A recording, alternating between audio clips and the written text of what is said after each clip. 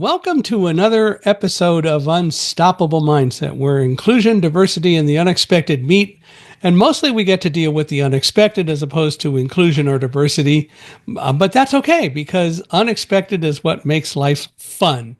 And our guest today, Scott Hanton, will definitely be able to talk about that. Scott has been a research chemist. He comes from the chemistry world.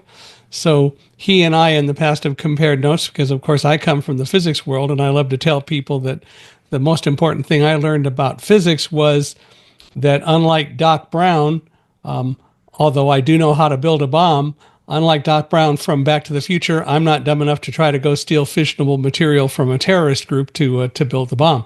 So, I suppose that's a value lesson somewhere. But anyway, I am really glad that you're all here with us today. And we have lots to talk about. Scott, as I said, was in chemistry and a research chemist, and now is the editorial supervisor and other things for a magazine called Lab Manager. And we will talk about that as well. So, Scott, welcome to Unstoppable Mindset. We're glad you're here. Thank you for having me. I'm excited to have this conversation with you today. Well, I think it'll be a lot of fun and looking forward to it. Now, you're in Michigan, right? That's right. I live in South Lyon, Michigan. What's the weather back there today? It's probably about 55 degrees and cloudy here today.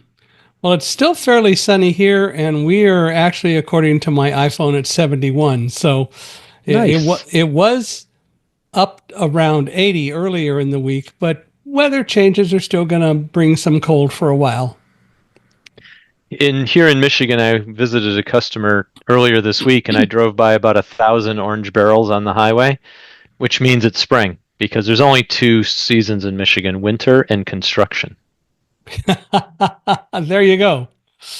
Yeah, I know. I went to the University of California at Irvine, UCI, and if you ask somebody who doesn't know that UCI stands for University of California at Irvine, if you ask them what UCI stands for, they'll tell you under construction indefinitely. Sounds right. Yeah, well, it's been doing it ever since I was there a long time ago, and they continue to grow. Now we're up to like 32,000 undergraduates at the university, and when I was there, there were 2,700 students. So it's grown a little. That's a lot of change. I'm used to big universities. I'm a graduate of both Michigan State and the University of Wisconsin, so these are big places. Wow, yeah. So you're used to it. I really enjoyed it when it was a small campus. I'm glad I went there, and that was one of the reasons that caused me to go there was because I knew I could probably get a little bit more visibility with instructors, and that would be helpful for me to get information when they didn't describe things well in class. And it generally worked out pretty well, so I can't complain a lot. Perfect. Glad it worked well for you. It did. Well, why don't you start, if you would, by telling us kind of about the early Scott growing up and all that sort of stuff. I grew up in Michigan in a town called Saginaw. I was blessed with a family that loved me and that, I was raised in a very supportive environment.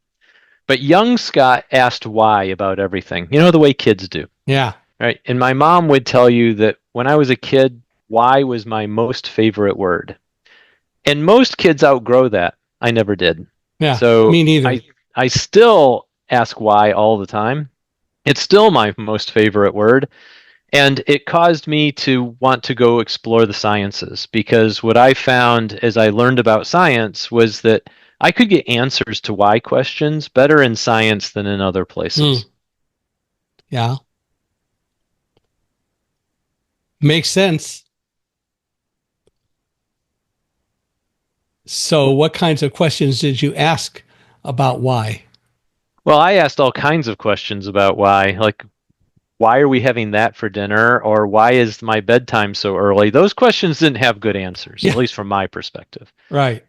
But I also asked questions like, why is grass green and why is the sky blue? And studying physical chemistry at Michigan State answered those questions. And so how early did you learn? How early did you learn about Rayleigh scattering? But that's, Well, I learned the basic concepts from a really important teacher in my life, Mr. Leeson, was my seventh grade science teacher. And what I learned from him is that I could ask questions that weren't pertinent to what he was lecturing about. And that taught me a lot about the fact that science was a lot bigger than what we got in the curriculum or in the classroom. And so Mr. Leeson was a really important person in my development and Yeah. showed me that science was a lot bigger than I thought it was as a student. But I didn't really learn about Rayleigh scattering until I got to college. But at the same time, it sounds like he was willing to allow you to grow and learn, which so many people aren't willing to do. They're too impatient. He was a first year teacher the year I had him, so he hadn't become cynical yet. Ah, So it was great to just be able to stay after class and ask him a question or put my hand up in class and ask him a question. He also did a whole series of demonstrations that were fabulous and made the science come to life in a way that reading about it, doesn't stir the imagination. yeah. I had teachers that did that too. I remember very well my freshman general science teacher in high school, Mr. Dills. And one day, and he loved to do kind of unique things just to push the boundaries of students a little bit. He came in one day and he said, I got a pop quiz for everybody, which doesn't help me because the pop quiz was in print. But he handed it out and then he took me to the back of the room and he said, you're not going to really be able to do this quiz. Let me tell you why. And he said, and one thing he said is just be sure you follow all the instructions and you'll be fine on the test to everybody. He brought me back to the back of the room. He says, well, here's the deal. He says, if people really read the instructions, what they'll do is they'll read the instruction that says read all the questions before you start answering. And if you get to the last question, it says answer only the first question, which is what is your name? And um, and sure enough, of course, people didn't read the instructions. And he said, so I wouldn't be able to really deal with you with that one, with that whole thing, just because it wouldn't work well. And I said, I understand. But he loved to make students think. And I learned so much about the whole concept of realizing the need to observe and be observant in all that you do. And it was lessons like that from him that really helped a lot with that for me. I had a high school chemistry teacher named Mrs. Schultz, and the first experiment that we did in her class in the first week of classes was she wanted us to document all of the observations that we could make about a burning candle. Mm, And I was a hotshot student, thought I, owned the world, and I was going to ace this test. And, I had maybe a dozen observations about a burning candle and thought I had done a great job describing it until she started sharing her list, and she probably had 80 observations about a burning candle. And it taught me the power of observation and yeah. the need to talk about the details of those observations and to be specific about what the observations were. And that experiment seems simple. Light a candle and tell me what you see. Yeah. But that lesson has carried on with me now for more than approaching 50 years. Let's see. As I recall, if you light a candle, what the center of the flame is actually pretty cool compared to Hmm. the outside. It's more hollow. Now, I wouldn't be able to easily tell that because my process for observing doesn't really use eyesight to do that. So I'm sure there are other technologies today that I could use to get more of that information, but I'm back then also it wouldn't sure have that worked. that experiment could be recrafted so that it wasn't so visual, Yeah. right? That Oh, there could be yeah. tactile experiments that tell me about observations or audible experiments about observation where you would excel in ways that I would suffer because I'm so visually dominant. The issue though is that today there's a lot more technology to do that than there was when I was in school and you were in school. But yeah, Yes. I think there is a lot available. There's a company called Independence Science, which is actually owned and run by a Dr. Kerry Sapalo, and Kerry is blind and he is a blind chemist. And he wanted to help develop products for blind people to be able to deal with laboratory work. So he actually worked with a company that was, well, it's now Vernier Education Systems. They make a product called LabQuest with something like 80 different kinds of probes that you can attach to it. And the LabQuest will provide visual interpretations of whatever the probes are showing. Carey and Independent Science took that product and made it talk so Mm. that there is now a talking LabQuest. And the reality is that all those probes became usable because the LabQuest became accessible to be able to do that. And they put a lot of other things into it too. So it's more than just as a talking device, a lab device. It's got a periodic table in it. It's got a lot of other kinds of things that they just put in it as well. But it's really pretty cool because it now makes science a whole lot more accessible. I'm going to have to think about the different kinds of probes and how one could use that to look at a candle. I think that'd be kind of fun. And it's just awesome to hear that there's innovation in space to make science more available to everybody. Yeah. The real problem that we face is the one that we mostly always have faced, which is societal attitudes as opposed to really being or not being able to do the experiments. It's people think we can't, and that's the barrier that we always usually have to overcome. What I find in my time as a coach, mentor, supervisor is that if somebody believes they can't do it, they can't do it. Yeah, And so it's often about overcoming their own mental limitations, the limitations that they've placed on themselves. and that's right. Or unfortunately, the limitations that other people place on us, and we all too often and way too much buy into those limitations. So it is something that we, especially in the sciences, should recognize that we shouldn't be doing so much of. I know that when I was at UC Irvine, as a graduate student, I learned once that there was a letter in my file that a professor wrote. Fortunately, I never had him as a professor, and I was in my master's program at the time in physics. And this guy put a letter in my file saying that no blind person could ever absorb the material to get an advanced degree in physics at the university. Just put that in there, which is so unfortunate because the real thing that is demonstrated there is a prejudice that no scientist should ever have. I'm hopeful that as you graduated, there was a retraction letter in your file as well. Not that I ever heard, but yeah. Well, I'd already gotten my bachelor's degree, but yeah, but things happen. But it is a societal thing, and society all too often creates limitations, and sometimes we don't find them right away. But it is one of the big issues that, in general, we have to deal with, and on all too often, society does some pretty strange things because it doesn't understand what science is all about. I know when we were dealing with COVID, when it all started, leaving the conspiracy theorists out of it, one of the things that I learned was that we have all these discussions about AI, if you will, but AI was one of the primary mechanisms that helped to develop the mRNA vaccines that are now still the primary things that we use to get vaccinated against COVID because the artificial intelligence, I'm not sure how artificial it is, but was able to craft what became the vaccine in a few days. And scientists acknowledge if they had to do it totally on their own, it would take years to have done what AI did in a few days. The AI technology is amazing and powerful, but it's not new.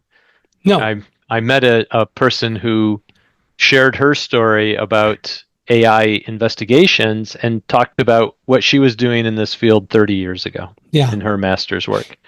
And, I knew it wasn't brand new, but I didn't really realize how deep its roots went until I talked to her. I worked as my first jobs out of college with Ray Kurzweil, who, of course, nowadays is well known for the singularity and so on. But back then, he developed the first reading machine that blind people could use to read printed material. And one of the things that he put into that machine was the ability, as it scanned more material, to learn and better recognize the material. And so he was doing machine learning back in the 1970s. Right. And all of this is, as Newton said, on the shoulders of giants, right? Right. He said it a bit cynically, but it's still true that we all in science, we are learning from each other, we're learning from the broader community, and we're integrating that knowledge as we tackle the challenges that we are exploring.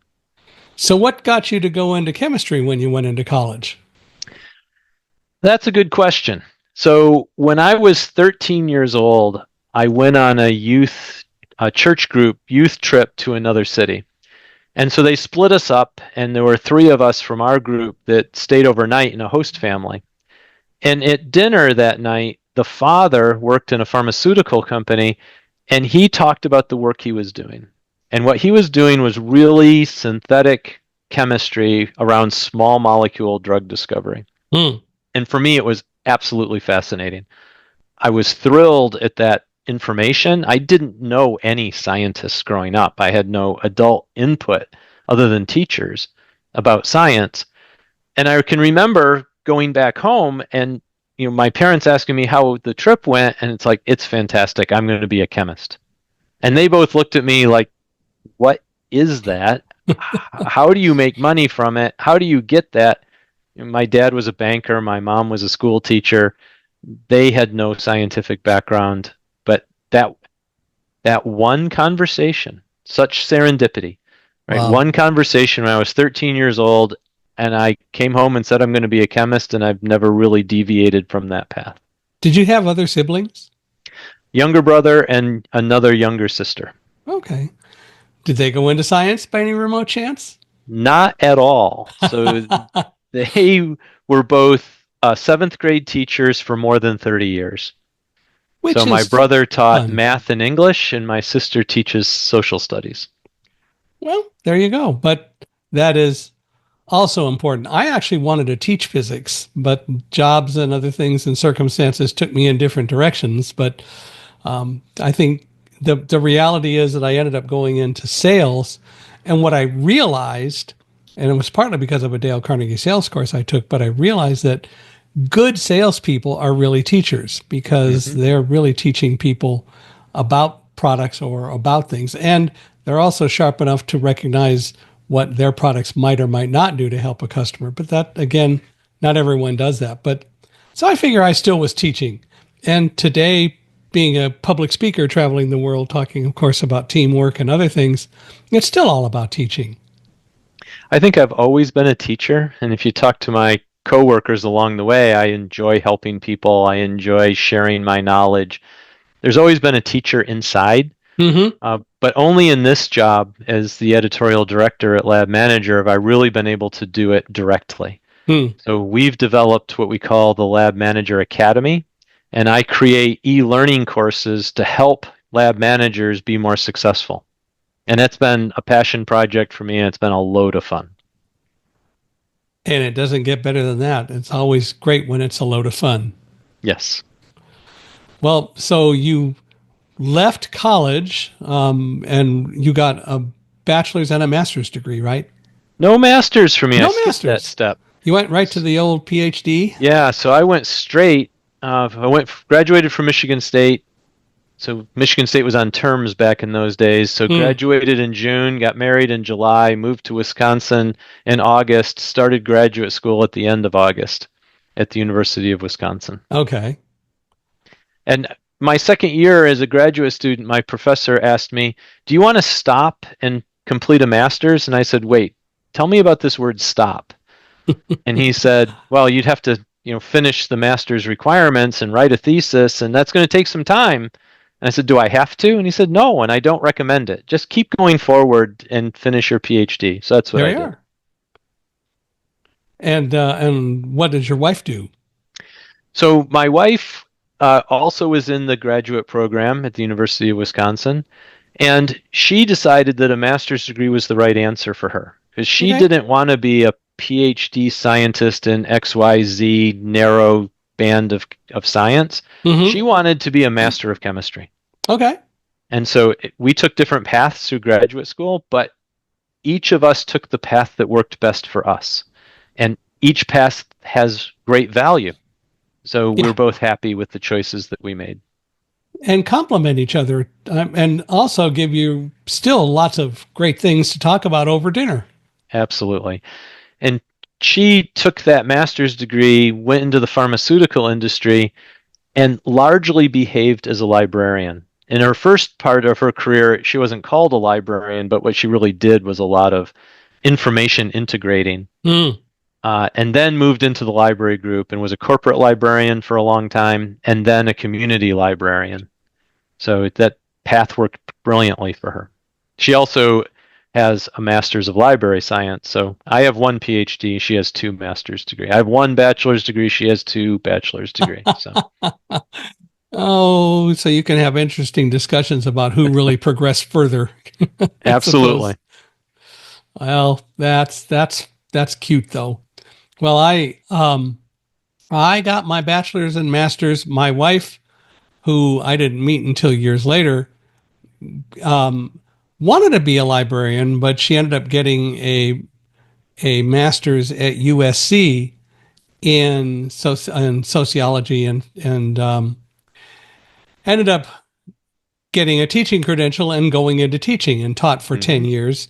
And then she decided she wanted to do something different and became a travel agent, which she had a lot of fun with. That And is different. it is, but she enjoyed it. And along the way, then we got married. Um, it was a great marriage. She was in a wheelchair her whole life, so she read, I pushed, worked out well, and Complementary skills. absolutely, which is the way it ought to be, you know. And we had a lot of fun with it. Unfortunately, she passed now 2.5 years ago. I'm But sorry. as I tell people, we were married 40 years, and I'm sure she's monitoring me from somewhere. And if I misbehave, I'm going to hear about it. So I try to just behave.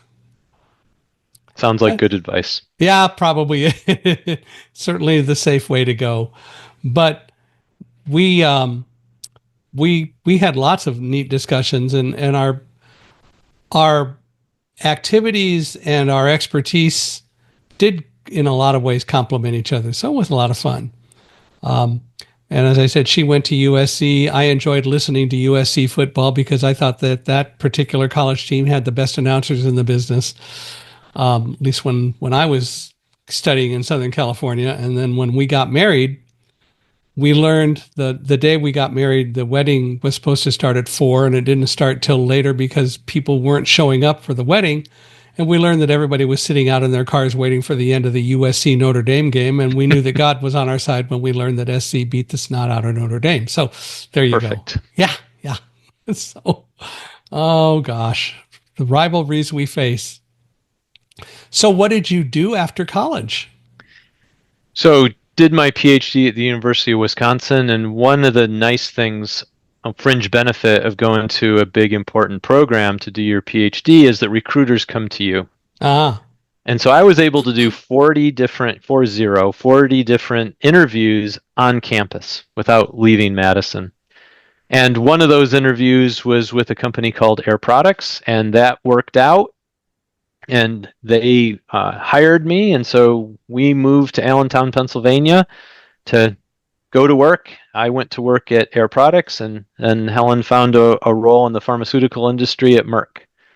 And so we did that for a long time. I was initially a research expert, a PhD expert, doing lasers and materials and analytical stuff. And over the years, I progressed up the ladder from researcher to supervisor to, what did we call it, group head to section manager to operations manager and ultimately to general manager. well, at least being in Allentown, you were close to a Cracker Barrel restaurant. Yes, that is true. That was the closest to one to where we lived in New Jersey. So we visited it several times. That's how I know Yeah, about it. maybe we were there at the same time, You Michael. never Maybe this know. isn't our first It's meeting. it's very possible. But we enjoyed Cracker Barrel and enjoyed touring around Pennsylvania. So I should have asked, what prompted you to go to the University of Wisconsin to do your graduate work as opposed to staying in Michigan? So my advisor at Michigan State, our advisor at Michigan State told us, here's the top 5 schools, Mm. graduate programs in chemistry. Apply to them all, go to the one you get into. And so I got into 3, Helen got into 2. The one that was the same was Wisconsin. So that's Works where we out. went. Yeah. Yeah. Well, then, no better logic and argument than that. It was a great, Madison, Wisconsin is a beautiful city. One of the things I really liked about the chemistry program there then, and it's still true now, is how well the faculty get along together. So many collaborative projects and just friendliness throughout the hallways. And Yeah. yes, they are all competing at some level for grant support, but they get along so well. And that makes it for a very strong community. And it probably also means that oftentimes someone who's applying for something can enlist support from other people who are willing to help. And as a graduate student, it meant that I had more than one professor that I could go to, my advisor.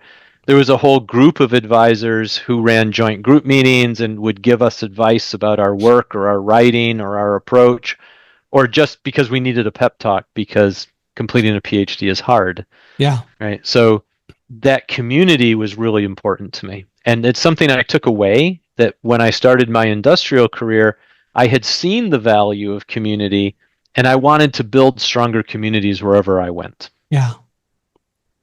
So, what as a company does Air Products do? That's sort of in the name, right? They're an industrial gas company, and Got it. some of their biggest products are taking air and separating it into its components of nitrogen, oxygen, argon, whatever. You're right. But at that time, they also had a chemicals business and a semiconductor business or electronics business. So there was a lot of chemistry going on. Although a lot of my work colleagues were chemical engineers who were working on the gases side of the business, we had a significant number of chemistry sorts, material science sorts of people who were working on the chemicals side. Now, over time, Air Products divested those businesses, and now it's much more of a true industrial gas company. But I had the opportunity to work in an integrated science company that did all sorts of things. Yeah.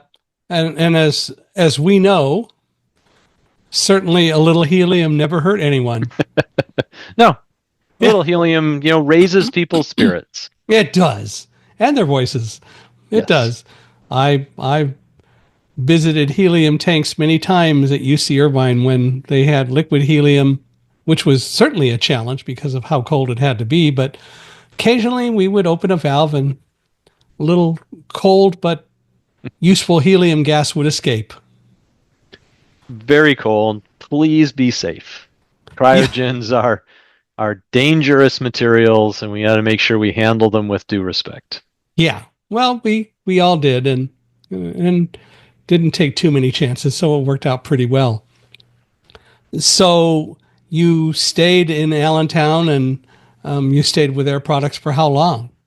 I was at Air Products for 20 years. There you go. So the analytical group that I was part of, we were about 92 or 93 people when I joined the company, when I just left after earning my PhD.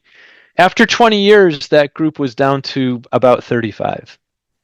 Just a progressive series of decisions that made the department smaller. And as the department got smaller and smaller, we were worried about our ability to sustain our work. And Mm-hmm. so a dear friend and a key colleague, Paula McDaniel, and I worked to try to see what other kind of opportunities there were. And so we reached out to a contract research organization called Intertech to see if they would be interested in maybe acquiring our analytical department.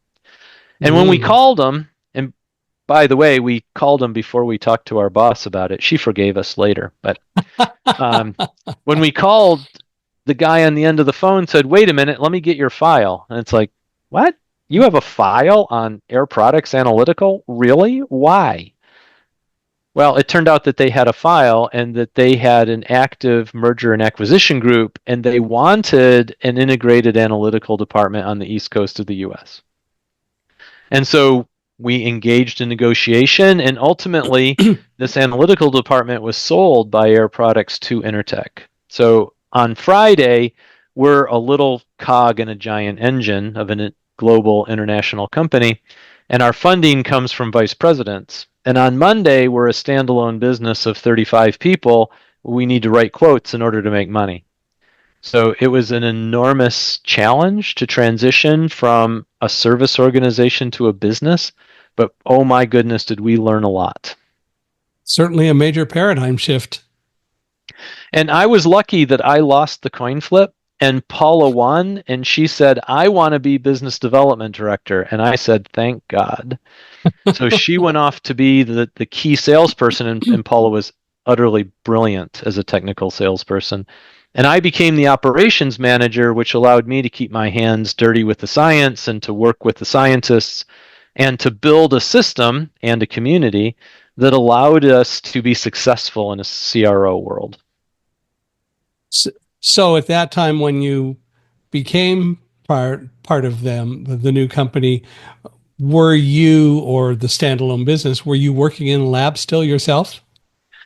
Yes. So I had the title operations manager and all of the scientific staff reported into me, but I was still the technical expert in some mass spectrometry techniques, particularly MALDI and also TOF SIMS. And so I still had hands-on lab responsibility that I needed to deliver. And over time, I was able to train some people to take some of those responsibilities off. But when the weight of the world was particularly heavy, the place for me to go was in the lab and do some experiments. Yeah, it's still so important to be able to keep your hand in and to know and understand.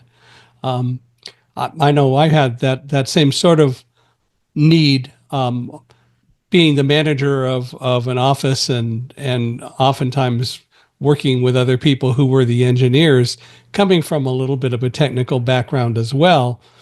I worked to always make sure I knew all I could about the products that I was dealing with and selling. And the salespeople who worked for me constantly asked, "How come you know all this stuff and we don't?" And my response always was, "Did you read the product bulletin that came out last week, or have you kept up on the product bulletins? Because it's all right there." Whether I actually physically repaired products or not, I knew how to do it. Mm-hmm. And so many times when I was involved in working with some of our engineers, I remember a few times our field support people, and we were working out of New Jersey and then in New York at the time in the World Trade Center. We had some customers up at Lockheed Martin up in Rochester, I think it was. And the guys would go up and then they'd call me on the phone and we'd talk about it. And between us, we came up with some bright ideas. And I remember one day, all of a sudden I get this phone call and these guys are just bouncing off the walls because whatever it was that was going on between them and me, we figured it out and they put it in play and made it work. And they were all just as happy as clams at high tide, which is the way it ought to be. It's great to work in a team that finds success. The longer I was in technical management, the more I enjoyed the success of the team. Mm-hmm. It didn't need to be my success anymore. That helping the scientists be successful in their roles was truly satisfying. And that helped you, by definition, be more successful in your role. And no question, it could be seen as a selfish byproduct, but the fact is that it still felt really good. Yeah. I hear you, because I know for me, I never thought about it as I've got to be successful. It's we've got problems to solve. Let's do it together. And I always told people that we're a team. And I told every salesperson I ever hired, I'm not here to boss you around. You've convinced me that you should be able to sell our products. And sometimes I found that they couldn't. But I said, my job is to work with you to figure out how I can enhance what you do and what skills do I bring to add value to you, because we've got to work together. And the people who understood that and who got it were always the most successful people that I ever had in my teams. One of the things I strive to do as a leader of any organization is to understand the key strengths of the people on the team. Mm-hmm. And to try to craft their roles in such a way that they spend the majority of their time executing their strengths. Yeah. I've also discovered that when I truly investigate poor performance, there's often a correlation between poor performance and people working in their weaknesses. Yeah. And if we can shift those jobs, change those roles, make change happen so that people can work more often in their strengths, then good things happen. And if you can bring some of your skills into the mix and augment what they do, so much the better. Yeah, because I'm just another member of the team. My role Yeah. was different, but I need to also apply my strengths to the problems and be wary of my weaknesses because as the leader of the organization, my words carried undue weight, right? Yeah. And if I was speaking or acting in a space where I was weak, people would still do what I said because I had the most authority, and that was just a lose-lose proposition. By any standard. And when you operated to everyone's strengths, it always was a win, Yep. which is so cool. So you went to Intertech, and how long were you there? I was at Intertech for 10 years and work I can if you know for any listeners out there who work in the CRO world, it is a tough business. It is a grind working in that business. Yeah. So it was a lot of long hours and testy customers and shortages of materials and equipment. That was a hard row to plow. Yeah. Yeah, it gets to be frustrating. Sometimes it's what you got to do, but it still gets to be frustrating, gets to be a challenge. The best part for me was I had a great team. We Yeah. had you know senior and junior scientists. They were good people. They worked hard. They fundamentally they cared about the outcomes, and so it was a great group of people to work with. But the contract lab business is a tough business. Yeah. So when COVID came, the pandemic settles in, all the restrictions are coming upon us. I was tasked as the general manager of the business with setting up all the protocols. How are we going to meet the number of people, the spacing, the masks? How could we work with, and we were essential as a lab, so we had to keep doing what we were doing. And it took me about a week to figure nonstop work to figure out what our protocols were going to be. And the moment I turned them in to my boss, then I got laid off. So Oh, what you want to special. do in a time of crisis is you want to let go of the general manager, the safety manager, the quality manager, and the chief scientist, because those are four people that you don't need during times of stress or challenge or crisis. On the plus side, for me, getting laid off was a bad hour. It hurt my pride, right? Yeah. But after an hour, I realized that all the things that I'd been stressing about for years trying to run this business were no longer my problem. Yeah. And I found that it was a tremendous weight lifted off my shoulders to not feel responsible for every problem and challenge that business had. And that's always a good blessing when you figure that out and don't worry about the issues anymore. That's a good thing. It was certainly good for me. Yeah. So I'm not going to recommend that people go get laid off or No. work to No. get fired, but one problem that I had is because Paula and I worked to create that business, I sort of behaved like an owner, but was treated like an employee. And Mm. my recommendation to people is remember you're an employee. Find Yeah. some personal boundaries that protect you from the stress of the business because you're not going to be rewarded or treated like an owner Yeah. Because you're not. because you're not. So I got laid off. It was in the height of the pandemic. So, I'm too busy of a human being to sort of sit in a rocking chair and watch the birds fly by. That's not my style or my speed. So I started a consulting business, and that was a lot of fun. I really enjoyed doing the consulting work, but I learned something really important about myself. And that's that while I can sell and I can be an effective salesperson, I don't like selling. Mm-hmm. And as a company of one, when I didn't sell, I didn't make any money. Yeah. And so I needed to figure out something else to do because I really hated selling. And I wasn't doing it. I was procrastinating, and that made the business be unpredictable and very choppy. In that company of one, that guy who was working for you wasn't really doing all that you wanted. Exactly. Yeah. You know, me as the founder was giving me as the salesman a poor performance review, Mm. right? Was not meeting objectives. So I had a long time volunteer relationship with Lab Manager Magazine. I had been writing articles for them and speaking for them in webinars and in conferences for a long time, probably more than 10 years, I would say. And they asked me as a consultant to produce a a proposal to create the Lab Manager Academy. So the founder and owner of the company, the LabX Media Group, he really saw the value of an academy, and they needed it done. They couldn't figure it out themselves. So I wrote the proposal. I had a good idea of how to do it, but I was new to consulting, and I struggled with how do I get paid for this? Mm. And I had four ideas, but I didn't like them. So I slept on it, and in the morning I had a fifth, which said, hire me full time. I sent in the proposal. An hour later, I had a phone call. A week later, I had a job. There you go. So that worked out fantastic. And I've really enjoyed my time at Lab Manager Magazine. Great people, fun work. It's really interesting to me to be valued for what I know rather than for what I can do. Yeah.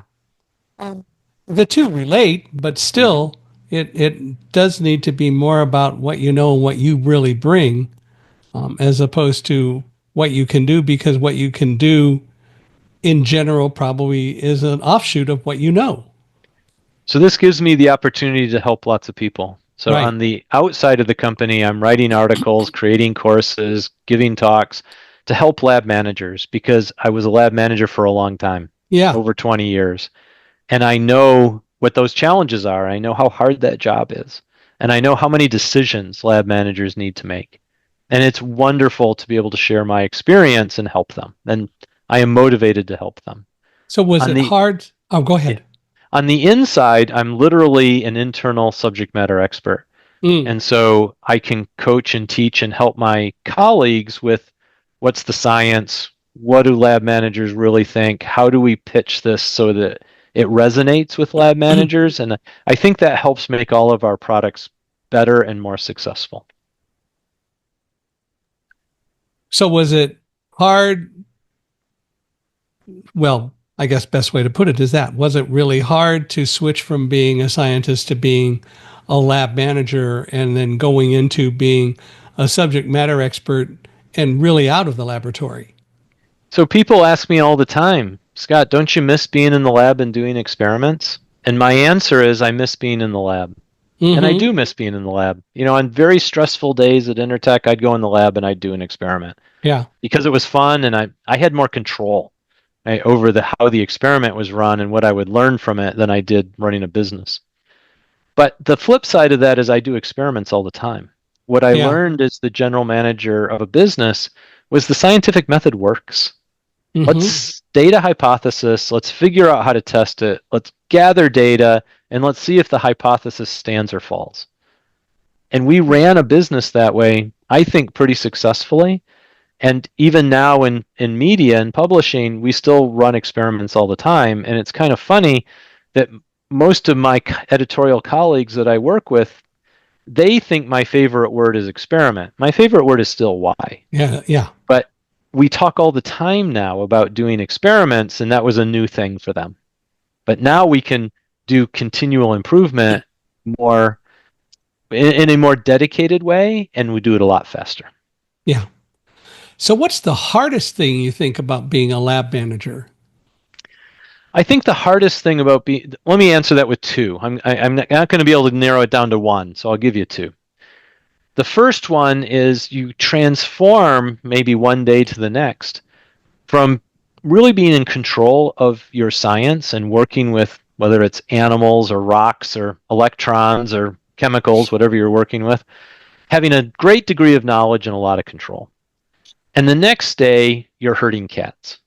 And Mm-hmm. so it's about that transition from having control over your destiny to influencing people to get the work done and working with people instead of working with experiments.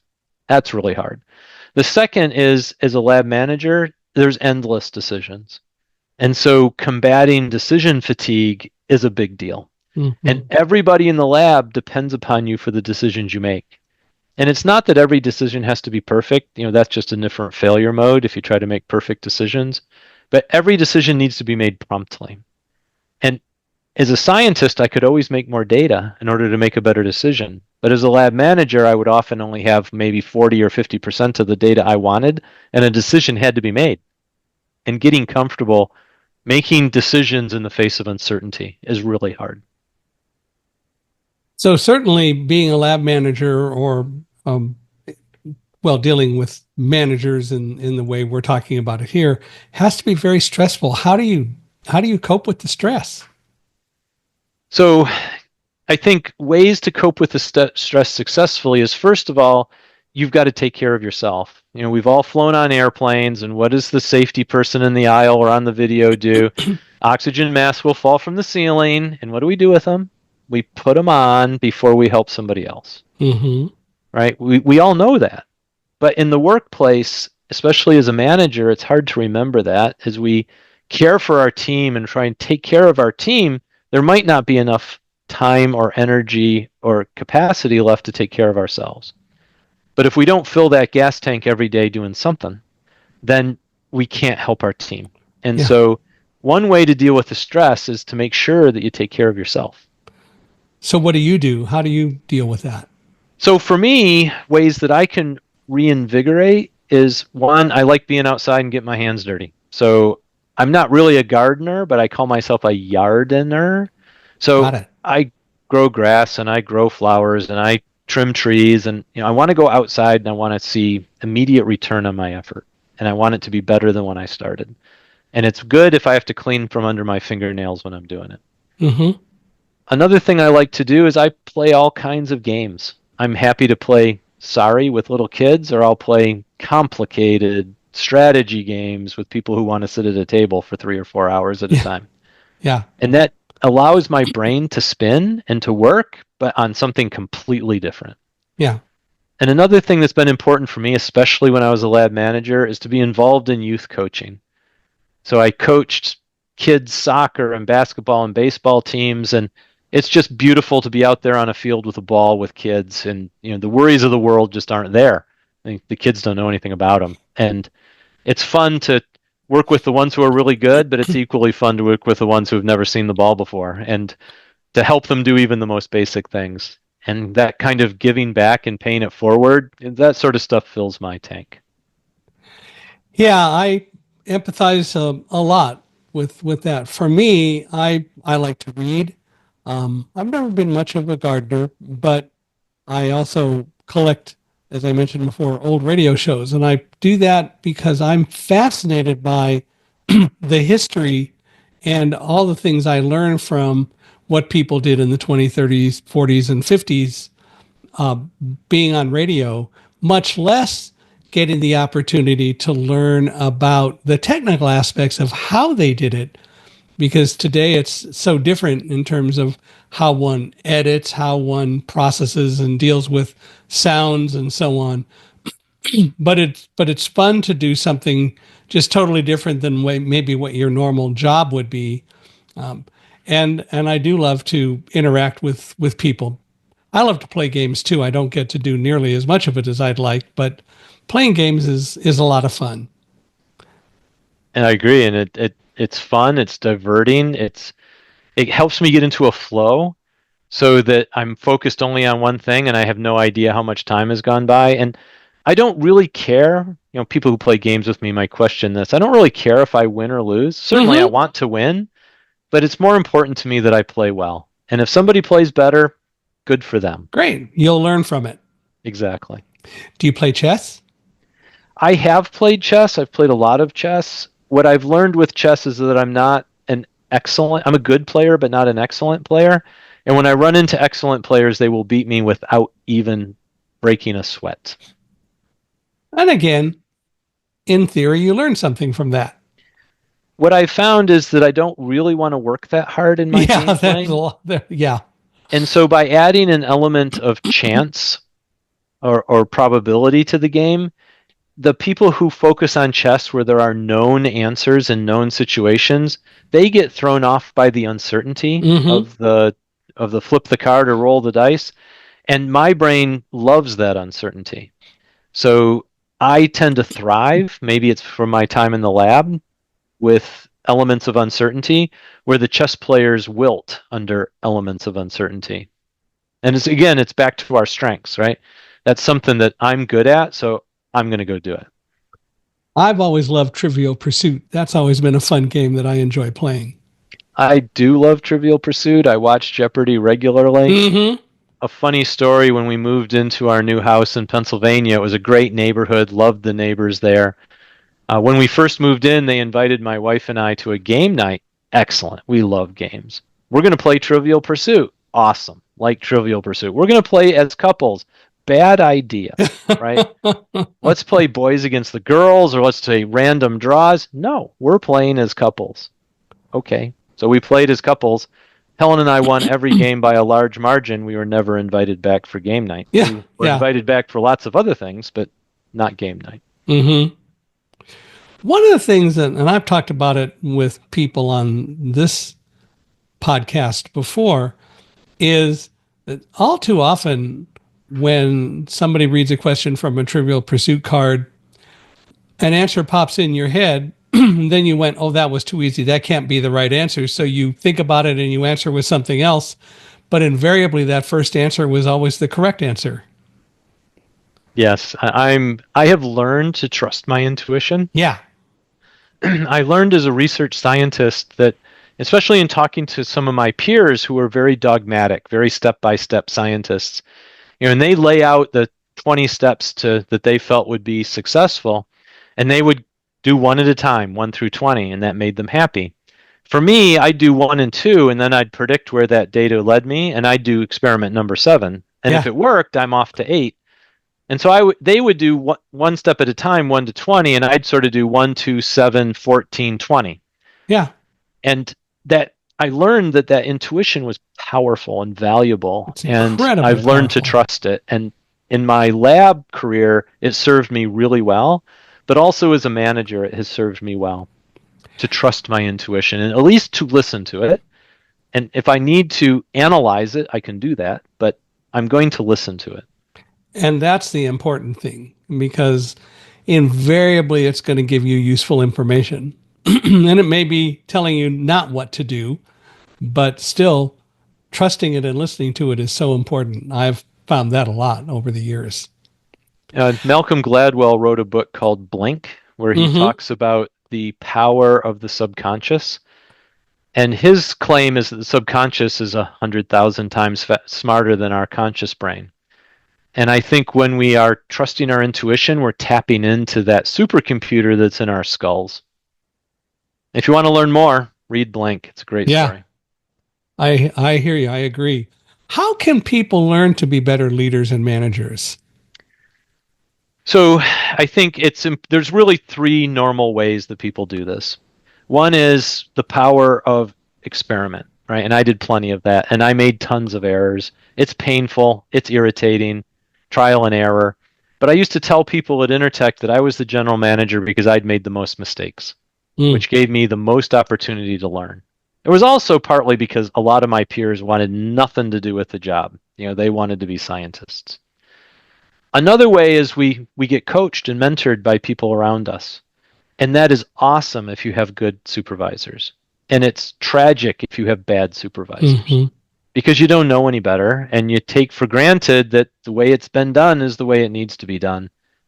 And that prevents us from being generative leaders and questioning the status quo. So there's problems there too. And I had both good and bad supervisors during my career. I had some awful, toxic human beings who were my supervisors who did damage to me.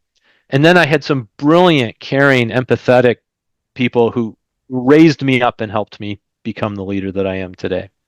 So it's a bit of a crapshoot. The third way is go out and learn it from somebody who's done it. All right. And that's why we generated the Lab Manager Academy, to try to codify all the mistakes I made and what are the learnings from them. And when I'm talking with learners who are in the program, We have a huge positive result, feedback on our courses. And what I talk to people about who take our courses is, I'm glad you appreciate what we've put together here. That makes me feel good. I'm glad it's helping you. But when these are my mistakes and the answers to my mistakes, when Mm-hmm. you make mistakes, you need to in the future go make some courses and teach people what the lessons were from your mistakes and pay it Yeah. forward. Yeah. So I recommend getting some training. What's the difference between management and leadership? I particularly love a quote from Peter Drucker. So Peter Mm. Drucker was a professor in California. You may Yep. have heard of him before. I have. I never had the opportunity to meet him, but I read a I didn't lot of either, his but material. I've read his books, and I think he is an insightful human being. Yes. So the quote goes like this: management is doing things right, leadership is doing the right things. So as a technical manager, there's a bunch of things we have to get right. We have to get safety right. We have to get quality right. There's an accuracy and precision that we need to get right for our outcomes and our results. Those are management tasks. But leadership is about doing the right things. And the interesting thing about that definition is it doesn't require a title or a role or any level of authority. So anyone can be a leader. If you're consistently doing the right things, you are exhibiting leadership. And that could be from the person sweeping the floors or the person approving the budget or Mm-hmm. anyone in between. Yeah. I've heard that quote from him before and absolutely agree with it. It makes a whole lot of sense. Um, Other definitions that I've seen trying to distinguish management and leadership tend to use the words manage and lead. And I don't like definitions that include the words that they're trying yeah. to define. They Yeah. become circular at some level. This one, I think, is clear about what its intention is. And for me, it has worked through my career. And so the separation is valuable. I have authority. I'm the manager. I have accountability to get some stuff right. But anyone can lead and everyone can lead. And the organization works so much better when it's full of leaders. Mm-hmm. And leaders who are willing to recognize when they bring something to the table, or if someone else can add value in ways that they can't, to be willing to let the other individual take the leadership position for a while. Absolutely. And that really comes down to building an environment and a culture that's Yep. supportive. And so Amy Edmondson has written extensively on the importance of psychological safety.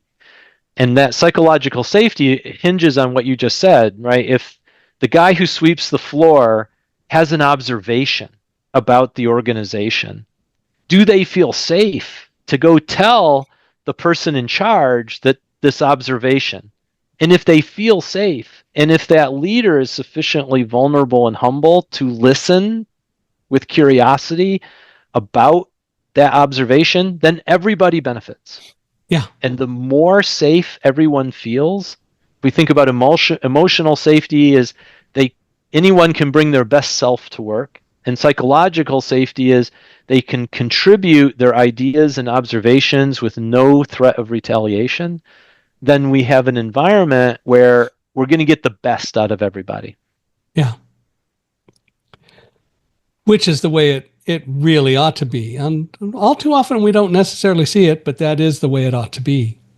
Too many people are worried about credit or, I don't know, worried about things that I don't see, and they waste human potential, right? They don't open their doors to hire anybody. They judge people based on what they look like instead of who they are, or they box people into roles and don't let them flourish and excel. And whenever you're doing those kinds of things, you're wasting human potential. And Mm-hmm. science and business are too hard to waste human potential. We need to take advantage of everything that people are willing to give. Yeah. We've been doing this for quite a while already today. So I'm going to ask, as a kind of a last question, what advice do you want to leave for people to think about going forward in their lives and in their careers? So I was participating in a LinkedIn chat today where a professor was asking the question, what sort of advice would you wish you got when you were 21? Okay. So it was an interesting thread, and there was one contributor to the thread who said something I thought was particularly valuable. And she said, attitude matters. Attitude matters. Mm. We can't control what happens to us, but we can control how we deal with it and how we Exactly respond. right. And so I think if we can hold our attitude as our accountability, and we can direct our strengths and our talents to applying them against the challenges that the business or the science or the lab or the community faces, and we can go in with some positive attitude and positive desire for change and improvement, and we can be vulnerable and humble enough to accept other people's ideas and to interact through discussion and healthy debate, then everything's better. I also like Kelleher's quote. He was the co-founder of Southwest Airlines, and he said, when you're hiring, hire for attitude, train for skill. Mm-hmm. Attitude is so important. So I think understand your attitude, bring the attitude you want, the attitude you value, the attitude that's parallel to your core values, and then communicate to others about their attitude and how it's working or not working for them. And hopefully, if they have a positive or good enough attitude, they will take that into consideration and grow because of it. Absolutely. Gives everybody the chance to be the best they can be. Well, Scott, this has been wonderful. If people want to reach out to you, how can they do that? So LinkedIn is great. I've provided Michael my LinkedIn connection. So I would love to have people connect to me on LinkedIn or email shanton@labmanager.com. Love to have interactions with the folks out there. Well, I want to thank you for spending so much time. We'll have to do more of this. Michael, I really enjoyed it. This was a fun conversation. It was stimulating. You asked good questions. This was joyful. Thank you. Well, I think it was absolutely wonderful and joyful as well. I hope all of you out there who are watching or listening enjoyed it as well. Love to hear from you. Please email me at michaelhi, M-I-C-H-A-E-L-H-I at accessibe, accessibe.com. Love to hear your thoughts. Always appreciate getting comments from people. And anything that you have to say, I value it a great deal. I hope that wherever you are encountering this podcast, you will give us a 5-star rating. We appreciate your ratings and we appreciate all that you have to say. So please feel free to do that. And I'm sure that Scott would love to hear from you, and I'm going to stay in touch with him by all means. I have a good excuse because we've been doing this for an hour already, but I really think that he's got a lot to offer, and I hope that you all appreciate it as well. So, Scott, for you and for everyone listening, if you can think of other people who we ought to have on Unstoppable Mindset, please feel free to let me know and reach out and introduce me to anyone who else ought to come on the podcast, because we're always looking for more people to have fun discussions with. And with that, I'm going to again say, Scott, thanks very much. This has been absolutely fun, and I really enjoyed it a great deal. My pleasure. Thanks for having me.